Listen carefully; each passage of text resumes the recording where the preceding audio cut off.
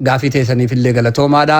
Yeroo teessanillee jara keenya obboleettiin teenya tareef walbaan sun nan haasifte nallee nu banne natti fakkaate ani bareedduu teenya laalaati qabdu qaba rakkina biyya san keessa deemaa jiru sirritti illee argaa na dhukkubsasi akkuma Oromootti falaa fi malan dubbadhe malee mootummaa nama deeggaruu mitillee mootummaan gaariidhaa siin jechaan jiru aangoo siyaasaa Oromootirraan dubbadhe malee aangoo siyaasaa piipirraa haasaan jiru Oromoon aanga'uu qabdii kayyuu boru ganamas iftaanis maroo naa dhuftu Jawaarii naa dhuftu abbaa fete naa dhuftu Oromoon aanga'uudhaan jaaladha Oromoon hoggaa aangoo itti arguu barbaannaa isa juun kaase malee ani dhimma amma jarri kuni waan Oromoodhaa guututti jiraa je'ee nama amanuu miti akkasi fudhadhu gara maleetti na hubatte natti fakkaata yoo akka malee hubatte soori ani obboleettii tiyya akkasumas siin jechuu fedhe.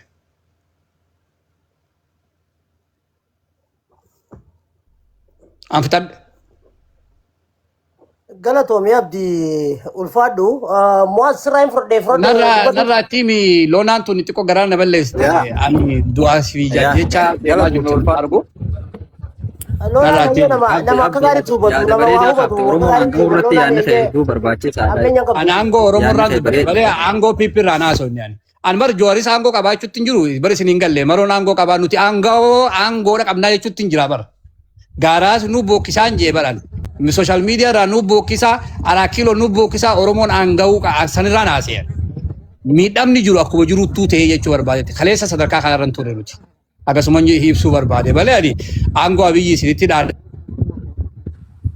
Abiyyi Oromoodhaan kan fitu hedduu jira saniifuu waan aangoo isaa isinitti dhaadha isaan jirus hin beekuus isin deeggarees hin beeku biyyas hin jiru obboleettii.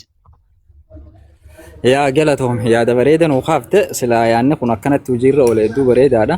Ammaan tana akkuma jennu maqayya kabara dheeraati akkanumatti qabadhee deemaan namni fedhalleen kaan viidiyoon isaa piippiin isaa kaan abaawoon isaa kaan jawaarn isaa ani yaada Oromoo ka jiddu galaatiin qabadhee deemaani so akkasii fudhadha dirqama gartee nama gammachiisuudhaa fi karaa namni barbaadu sanitti haasa'uu hin danda'u akka Oromootti haasa'a maaliif biyya faranjiitiin jira. Rakkina qabaadhee garaa jecha mootummaan deeggaru rakkina qabaadhee pozishiina biraan deeggaru ana yaada Oromoodhaa hoggayyuu kara hundaanuu kornaa hundaanuu biyyaa fi alaa fi keessaa fi gaaratti illee yaada Oromoof ta'u hunda nan deeggaraa jechuudha. Sun ana ejjennaa mataa kiyyaati. Qabsoo bara dheeraa booda jechuudha. Oromoo ta'ee nama yaada Oromoo qabu hunda nan deeggaraa. Dhumatti. Yaa galatoomii ulfaadhu yaada keetiif laala amma jarana Oromoon akka waliigalaatti rakkoo keessa jirti. Oromoo bichaa miti lammiileen biyya sanii hundinuu rakkoo hamaa keessa jirti.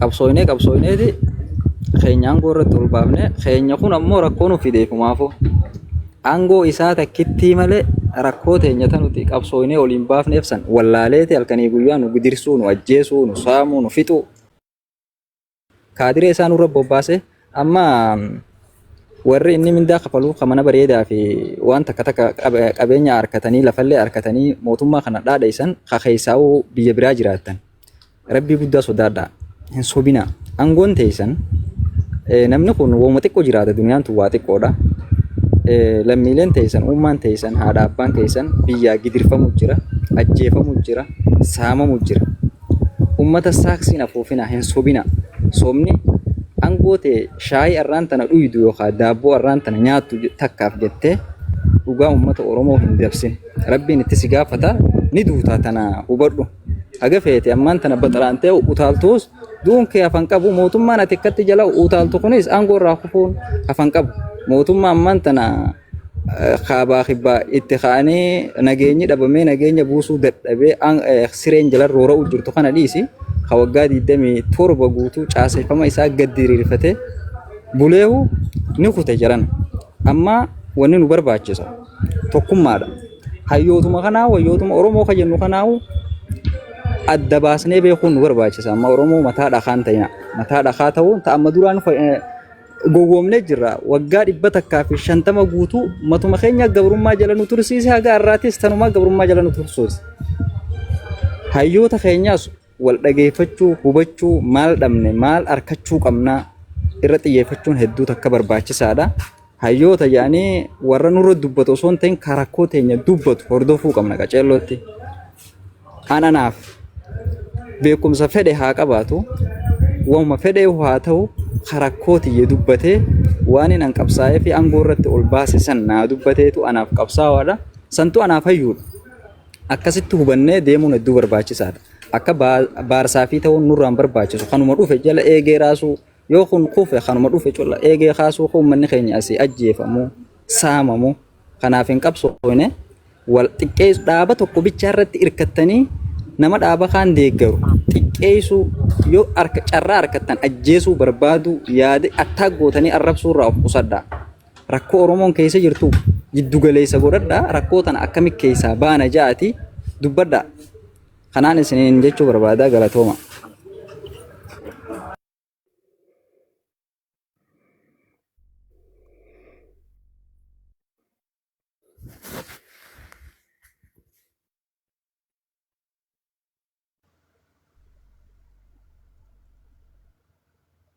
Gaaffii jirtu obbo Taaree Dabaree fudhadhaa turtaniitti ergisiisanii. Jandaan sasirritti waan naan galleefitti qonna geeffadhamee qaban.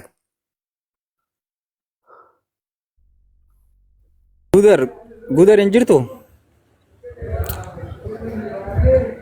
Jira akkam jirtan nagaa jaallan jajjabaatanii. Jirra galata rabbi akkamitti? Big boss bakka lagi aan dhufte. Ay bakka jiraatan maaliif jirtan Abdi Ahmad? Yee. Jirtaanii maaliif jirtan sila? Jirtu nagaa. Ayyaa akkam. Siyaati maqaa Jawaar kana bakka ana maan godhatin? Maqaa Jawaar kana dura ana beeyta maan godhatin? Lakkii yoo Jawaarin si dura beeka? Awaa kami Jawaar na dura beeyta? Abbaa keetiin beeka malee Jawaarin si dura beeka? Awoo jetti? Jawaar duraan abbaa kee beeka malee? Rabbi rahmataa godhuuf si dura Jawaarin beeka lakkee. Bejettee fugaa maaliin jaga an dura na beeyta jeetu wayyaadoo.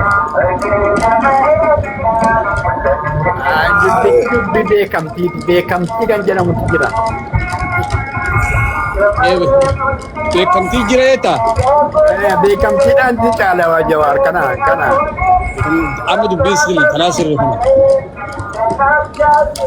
Barjara keenya Jawaar kana hubanne namni kun namtichi kun sila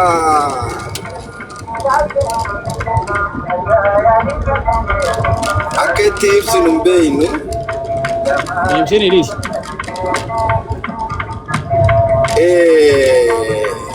Garuu beekuu qabdan isinunti namticha kan beekumsaas ka irraa achi hin qaqqabne gartanii.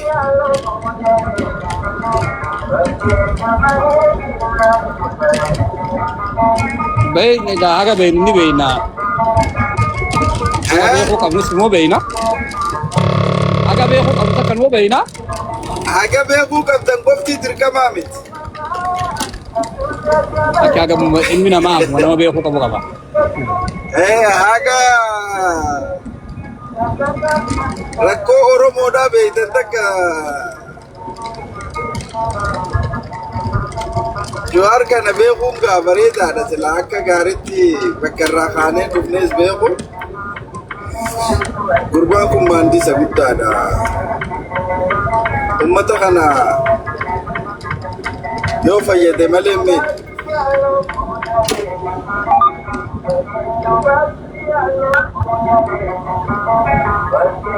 Duuba eessa jirtan sila? Maalirra jirtan? Jaaffee ajandaan maali?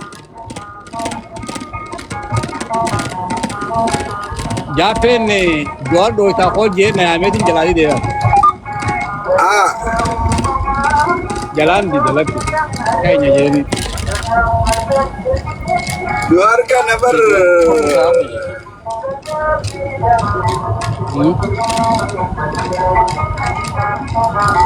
gurbaan kun dhagaa gurraachaa bar akka nama jajjabaa tokko dhee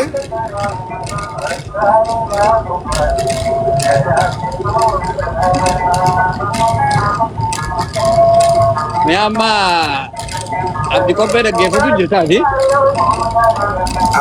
Ambisaa sooluu akkam fayyaa? Akkam jirtan leekotaan isa nagaa? Nagaa jirtu. Jirra akkam Jirtanii haa jajjabaatanii. Ijoolleen akkatti naan taphattiin gartuu ati. Oromoo taphataa qulqulluu. jirtii miti yaa maamila koo durii. Nan beekan egaa anaa dur Jowaar kana fa'aa cancala fa'aa kaayee deemuun beekani. Bari laale ambisaa soolee bara Mee muuziqaa sandaas takkitii. muuziqaa gadi qabi. Muuziqaa gadi qabi. Etee ambisaa soolee fiixaa mootii. Mee narraa ittiin ijoollummaan tuni Jowaar gariin irraa na eegame ite. Yaa maqaa isaa durii sana yaadatta ate maqaa paaltookii sana ambisaa soolee. Tolaa bulii gabbuuseetiin Tolaa ol bulii. baasee karaan ifi fedhu taasisee biraa deemaami. Yaa Ambisaan dhufe jennaan bari hin dhaabbatanii baatu. oo kanaaf ambisaa soolee udar immoo reenfuu jawaarii wajjin wal nu barsiisuudhaaf tattaafata. Gudaris ijoolluma baru ijoolluma ganda kiyyaati. Yaadni isaa hamaa miti garuu Hamaa miti lakkee. xiqqoo gartee ni jiraa miti. Hoggaa namni akka kiyyaa kun dhufe dubbii Jowaar namee anuma fatti dhiisee silaa bira kutee gaariidha natti himuu fedha. Akkas kun sanan jechuu barbaade anillee wanti gara biraa haftuutu jedhanii haftuu beektaa ambisaa soolee. Haftuu jechuun dubara otoo heerumin Turte jechuudha. warrarra gurgurtee jechuudha. Amma jaarsi sii dhufee jedhanii itti himan hin heerumtaayii. Heerumuullee nan barbaada garuu heerumuu koo kananii dhugeeffadhu gaafumanii kooraa fardaa irra ba'ee jetteedha. Dhugaadha. Oromoon hayyuu hanqina tokko illee hin qabu. Waa dubbachuudhaaf waa warra amma leellisan amma Itoophiyaa ijaaranii Itoophiyaa maal godhan jedhan kana dhugaa dubbachuudhaaf hedduudha qabna ture. Sana keessa Jawaar nama tokko immoo jaarraa kanatti gadaa kanatti. Ammallee hayyummaan Jawaar keenyaa warra kanaan duraa sana bira darbee yoo ajjeechaan haadha Oromoo, buqqaatiin Oromoo, dararamni Oromoo, addatti immoo jaarraa 21ffaa kana keessa salphinni Oromoo maqaa abbaa, maqaa waaqaa, maqaa ilmaa jedhanii morma muran kana jalaa yoo baase gaafa sana. Kanaaf gudar kiyya dhugaa dubbachuudhaaf Jawaar yoo jalqaba inni Oromoo faristii tuurii deemu sana qaaman asitti wal argine keessummeessellee waliinillee bara inni tolaa bulii sana beeknaa jechuu. Garuu guyyaa isa beeknu sanarraa kaasee guyyaa tokkollee dandeettii isaa hayyummaa isaa hin aanne. Oromoon garuu bakka gaafa isa jalqaba isa beeknu sanaa gadi jirti har'allee. Amma ambisaa soolee fi obboleettii xiyyaa wajjin waa haasaa turan natti fakkaata waa'ee Oromoo kana. Ambisaa soolee kiyya Oromoon amma akka Oromootitti qabsoo Oromootiin masaraa Minilik seenan malee duris impaayiratii tana keessatti tajaajiltuun Oromoodhuma turan. Garuu salphinni Oromoo fi duuti Oromoo dhiigni dhangala'uu Oromoo irraan dhaabbanne. Hamma sun darbutti isuma faarsifannus inni eebbisnus tokkollee hin jiru. Maaloo godha masaraa Minilik galuun yoo ajjeechaa Oromoo irraa hin hir'ise. Maal godha masaraa galuun Oromoo hayyummaan Oromoo yoo salphina Oromootitti iggitii hin goone. Mee har'uma kana laala. Marii biyyoolessaa jedhanii bira darbanii miti. Amma duulli amma deemaa jiru warra nutu abbaa biyyaati nutu mataa biyyaati warra jedhanii Oromoo irratti deemaa jiru hamma herregamuu danda'amudha. Odoolaal sana bira dabarree Oromoodhaaf waa goone duulli fedhayyee waa banamu Oromoodhaaf odoo waa ta'e okkee kana qabanne sabbaasaa jetta gaargitee. Ishuma Finfinnee irratti Oromoo halkanii guyyaa alalchan kana bara wayyaaneetiis teessuma naannoo Oromiyaa turte. Arras marii biyyoolessaa jedhanii baatii tokko ta'anii waggaa 4 yaada sassaabaa ba'aniiti. Teessuma naannoo Oromiyaa teessoo naannoo Oromiyaa murteessan. Garuu Oromoon mootummaadhuma kana jijjiiruudhaaf mootummaan humti kuniyyuu mootummaa ta'uudhaaf inni intinaa guddaa kan taphate maaster pilaanii waa'ee buqqaatii Oromoo annuura isaa Finfinnee irraa buqqa'ee fi impaayiratti masaraa irratti ijaarratte ture. Maalloo godha masaraa keessa taa'u maalloo godha. Dhugaadha waraana bilisummaa Oromoo humna. Jawarii akka taphee sosoftanii goolii neeyitanitti haftis goolii naquu feetanii. Caffee maal goolii seenanii caffee miti bal'atteen. Laal gaabar gudar kiyya namni gariin biyyaa biizinasa qaba an biyyaa biizinasa hin qabu. Umallee haajaan qabu. Biyyaa biizinasa hin qabu namni tokko. Eenyu qaba fakkeenyaaf. Namni tokko qabu.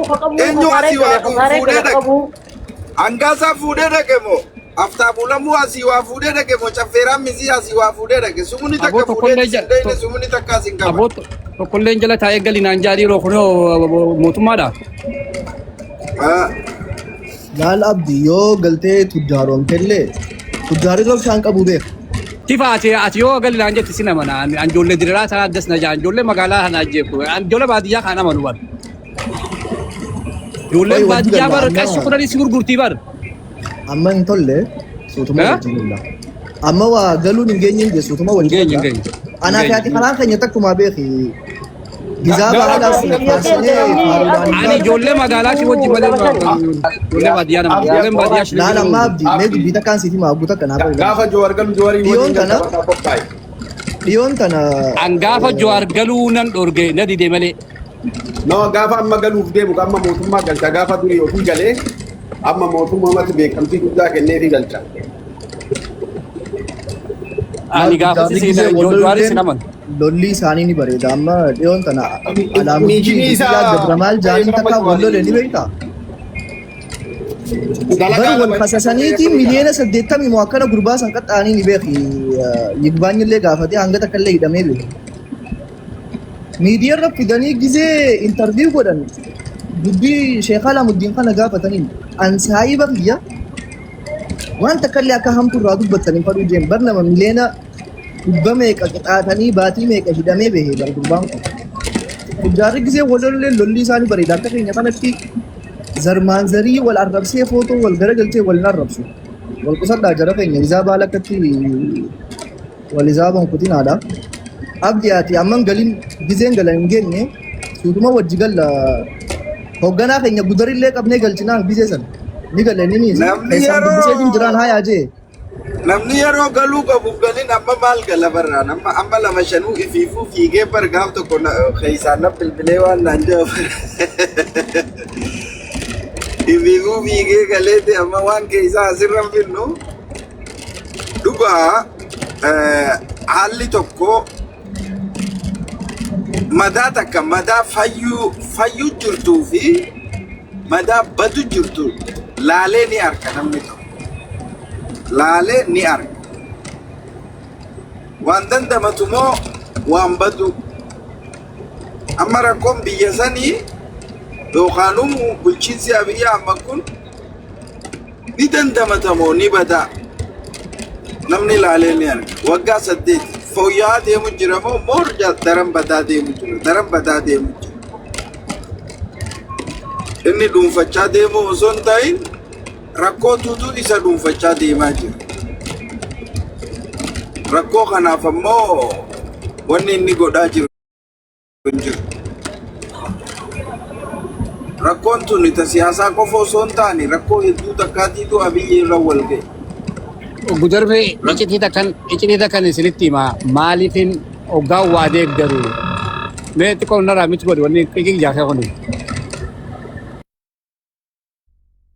Tifaa iccitii akkasitti maana dhagahi eenyu lama shanatillee. Ani yeroo jaarmaa siyaasaa tokko duriyyee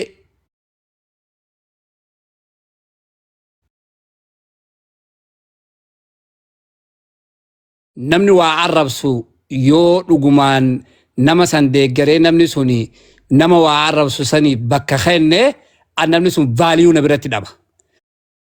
An jalqaba gaafa gartee piippiin tuni gadi yaatee warri akka hangaasaa ka'aabii namni dillu kun kagartee fagaara malee humaan haasoo inni kun gabbee mootummaa kana shubbisu sodaadhe ani. Maaliifi an namni sadii hoggaa waa deeggaree nan dheessa bakka san.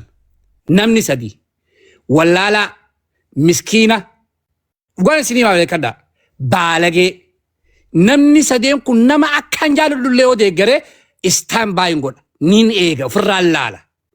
Na fakkaatti nama yoon nama kanallee deeggare nama kana na fakkeessitii sanii ofirraa laala. Amma dubbiin tiyyeetuun xiqqoo waa keessatti isinii ni galti. Akka ajaa'ibatti Xabiyaa badduu takkan qaba. An amma yoonuma nama gaarii sheeka aalima nama jabaa tokko nama tokko baalageen sun deeggaree baalageen sun nama san bira fudhatama argate an namni sun na biratti bakka hin qabu.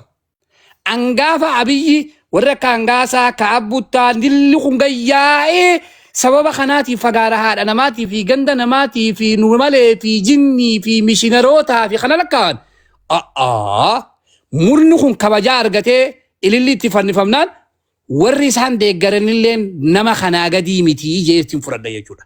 Abaa'umaan akka jaaladhu tana gaafa duru iyyaalli yoo deeggaree abaa'uun iyyaala saniif bakka kannite jibbee beekee wayii jiraa beekadhu.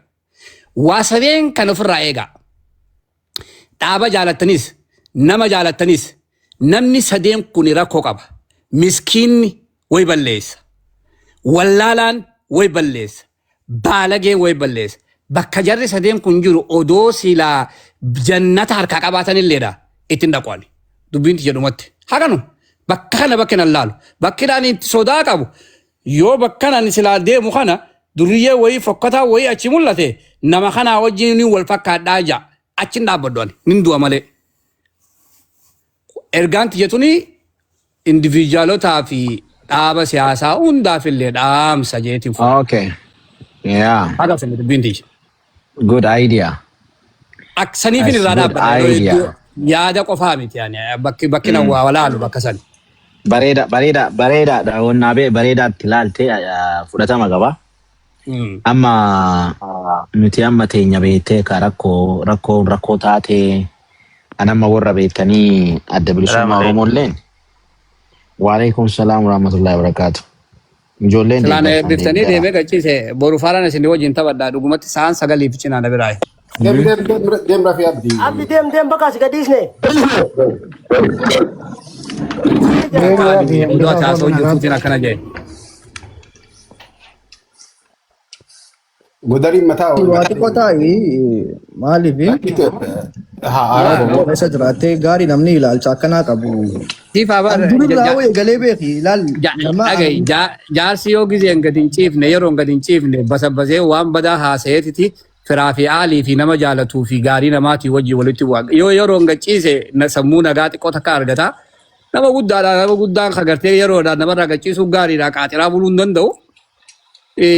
Dubbii tana isin ijoolleedha hirriiba irraanii haftanii qaaxira irraanii haftanii anamma yoo hirriibni kun sa'aan isiitti qochi dabarte bazabazaan haasaa naman jaaladhuu fi kan kabajuututu nan mufataa jechuudha. Odoo akkas hin geenye mataa lafa kaa'e yoo nasumaan kutee du'aa isinii godhaa ilmaan kiyya qaqqaali.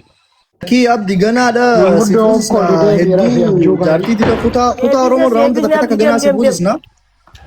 Si fuusifna kunoo balaan buute ammas. Kutaa hundarraa si buusisna kanaa. Deemi obboleessi kiyya deemi. Deemee soddaa kiyya qaali suuta ijoollee tanarraa raajiyati. Suutuma waliin yaana nu biraan. Messi dubbiir kakaba godaanisa waajii. Godaanisa kana waa gaafadha. Jaal godaanisa akkami? Lama shan akkamati. Hundumti keessan Har'a abbaan gadaa keenyaa ijoollee gaara keessa jirtu dila takka hiriira qabee nu galche. galatu Isin maanni nuti haasawatti hin jiru turtanii as keessa.